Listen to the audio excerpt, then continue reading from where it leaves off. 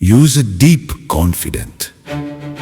महाराष्ट्राच्या कानाकोपऱ्यातील प्रत्येक घडामोडींचं अचूक आणि निर्भीड प्रतिबिंब.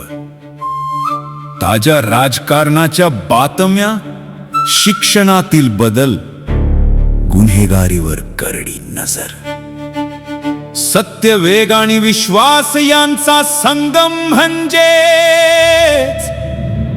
अजिंक्य महाराष्ट्र न्यूज. जळगाव जिल्ह्यात आज एक झिरो टॉलरन्स मोहीम हाती घेण्यात आली.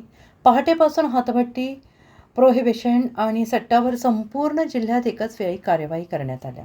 जिल्ह्यामध्ये कारवाईचा इम्पॅक्ट व्हावा आणि सर्वसामान्य जनतेला एक आश्वासक वातावरण दिसावं म्हणून सट्टा कारवाई झाल्यानंतर रेडमधील कागद, बॉक्स इत्यादी सार्वजनिक ठिकाणी आणून सगळ्यांना दिसेल असे जाळण्यात आले. प्रोहिबिशन, हातभट्टी केसेसमध्येही समाजावर एक दृश्य सकारात्मक परिणाम राहावा म्हणून सगळ्यांसमोर, गावासमोर मुद्दाम नाश करण्यात आले. या सार्वजनिक ठिकाणी जाळण्या फेकण्याच्या कारवाई मागची भूमिका, अशा कृतींमुळे गुन्हेगारी प्रवृत्तींवर मानसिक दबाव निर्माण होतो. नागरिकांच्या उपस्थितीत करण्यात आलेली ही कारवाई समाजात पारदर्शकता आणि प्रशासनावरील विश्वास वाढवते.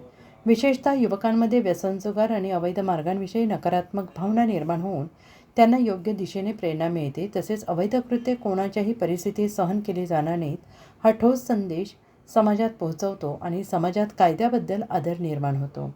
अवैध व्यवसायांविरोधात जनजागृती होण्यास मदत होते. अशा सार्वजनिक कारवायांमुळे गुन्हेगारांमध्ये भीती निर्माण होते, तर सर्वसामान्य नागरिकांमध्ये कायद्याबद्दल आदर आणि सहकार्याची भावना वाढीस लागते. यामुळे सामाजिक शिस्त, नैतिक मूल्ये आणि सुरक्षित वातावरण टिकवून ठेवण्यास मोठी मदत होते. प्रतिनिधी प्रणित काठोके, जळगाव.